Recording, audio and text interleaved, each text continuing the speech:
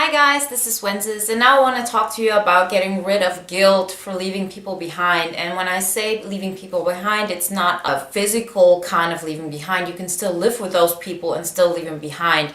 And I specifically use the word leaving behind because it has such negative connotation to it, and there's a lot of guilt that we carry on with us, that we are not really aware of, that is subconscious, and that is keeping us from actually going to places we want to go. So what I have discovered, and this is something that has specifically happened within the last year, is that I tap into a mental sphere, like I'm in this mental image and place at some point, and then I meet somebody who's like at that same wavelength, or I tune into a specific wavelength because I want to get to know that person specifically. You know, this is what they say about perceivers, about INFJs, that we kind of like absorb other people's worldview and then we kind of like get to know them. So I've been listening and reading and watching a lot of videos on all those shifts that we're making, on the personal changes that in each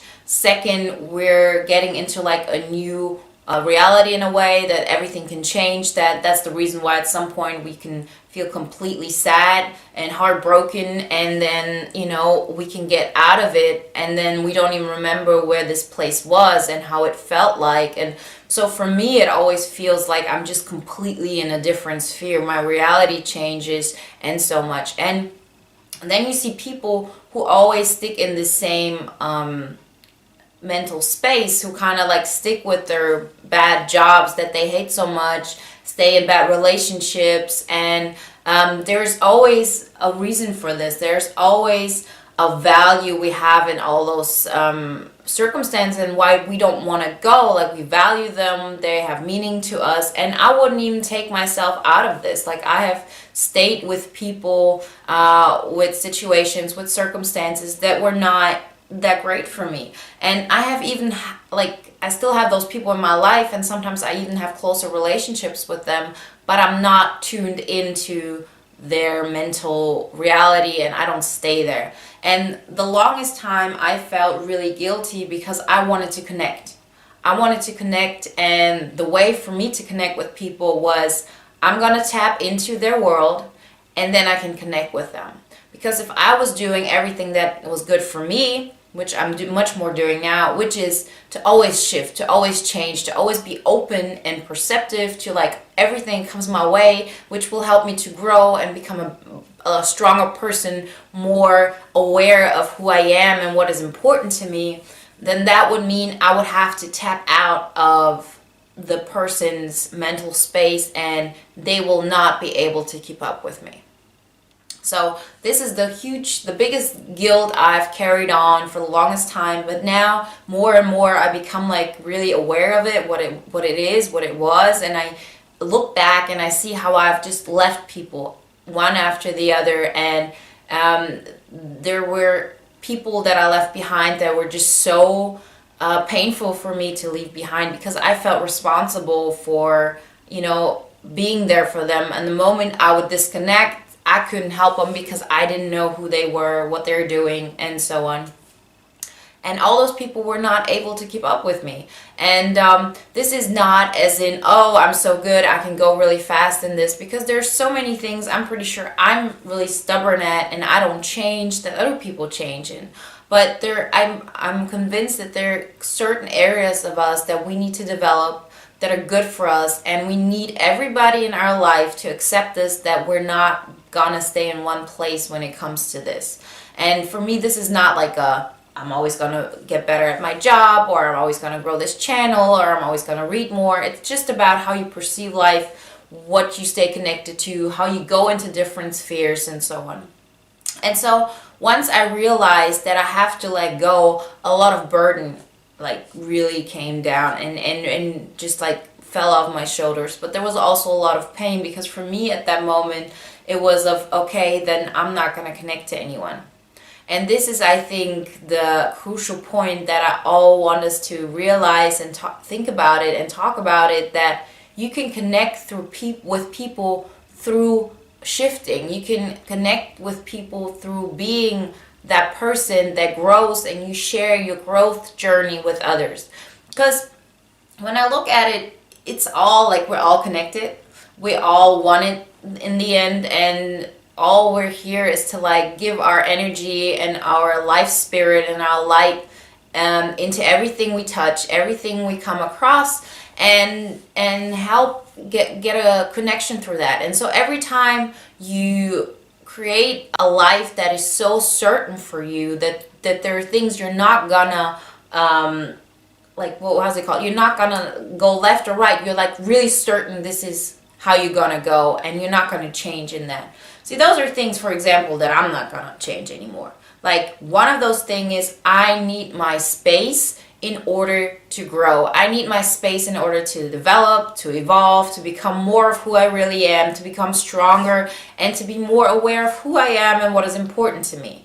And this is a really firm belief. This is a value. This is something I will not compromise for anything or anybody. So once I go into this world and I see that the people around me cannot connect to me with this kind of intensity that I'm looking for, because they need some kind of stability in their life. They cannot go there. They don't, like, this is not helping them. This is just too disturbing. And this has happened a lot. A lot of people have just like kind of just drifted away from me because there was just too much. There was not connection that we were making, because mainly the connection we were making is because I was stagnant. I stayed in one place and connected to them. And then I was wondering why I was being depressed. Well, no wonder. I'm not meant to stay in person's A sphere. I have my sphere, and it also has like is really really firm boundaries and values, and this is one of them, that I need those things. So once you like disconnect from those people around you, you will find new people who you can connect with in this way. And you know, this is one of the reasons why I love the internet so much, because it gives us access to a lot more people who are like-minded in those areas. But once you get like this one area of your life connected pretty much with some people, then you connect with the people around you on other areas, and you're much more willing to have those people in your life and appreciate them for what they can give you at this moment. Like, we always like people for their potential. They could be this, then I would be happy. They could be this, then everything will be great.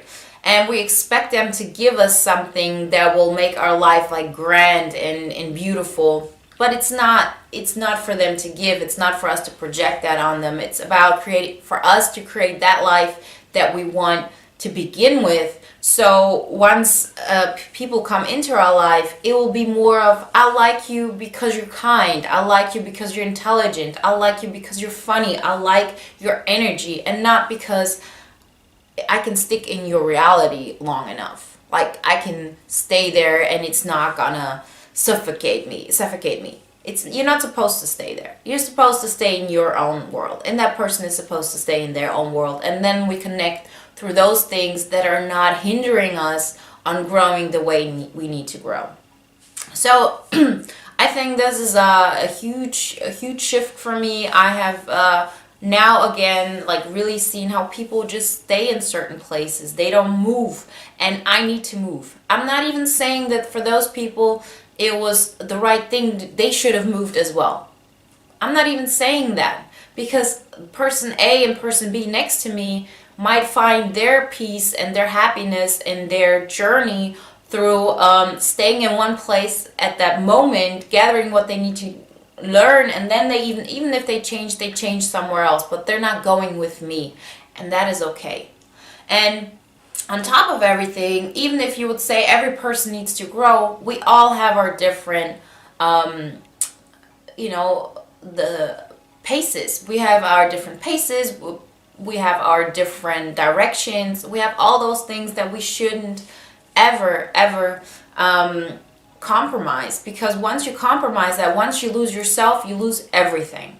So looking around and being also connected to a lot of people that I got to know through INFJ and so on, I see how we all kind of like change, and we change in different directions, but we all respect each other. There's a brotherly love in this, that we see people left and right of us that are going their own pace, their own direction, but they're doing it on their terms, and they're creating a life that doesn't need that much of external validation from the person left and right. So, because when I was younger, I always had like people in my life, they mirrored back to me how I wanted to be seen.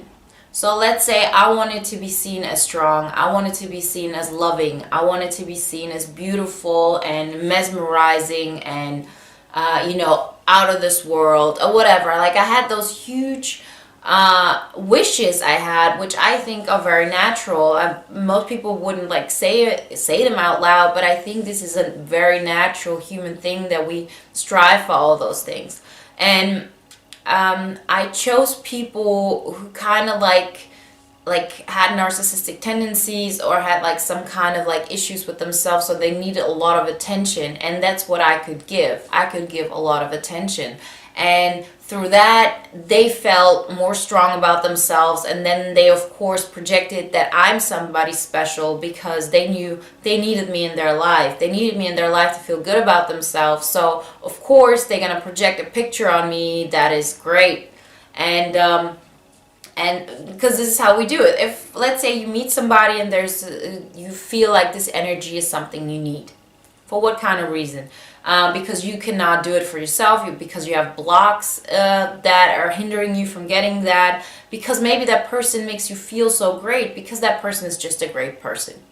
All those reasons are possible, but if you have that kind of person, you automatically give that person a good image. You see them in a good light, because every person you can see from a bad light and a good light. There are very few people where you can say they're perfect altogether. And sometimes you hate people all because they're perfect, or because they don't give you, like I have been hated on in ways that people actually told my friends, like, I don't like her because there's nothing, like I don't know the expression in English, but it was more like, there's nothing I can say to her that would, like, there's nothing I could attack her on. That's what she's not attackable. And what they meant was like there was no character in me. There was nothing, because all I projected onto that person was, I'm going to do everything you want because I want you to like me. And people get that. People do get that. And it's so important that we do stick to what we believe in, and that we kind of like cut those cords off that are keeping us from being with those people who are like making us stay in a place we're not meant to be. That doesn't make them bad people, that doesn't make them less intelligent even. It's just something different they need than what we need.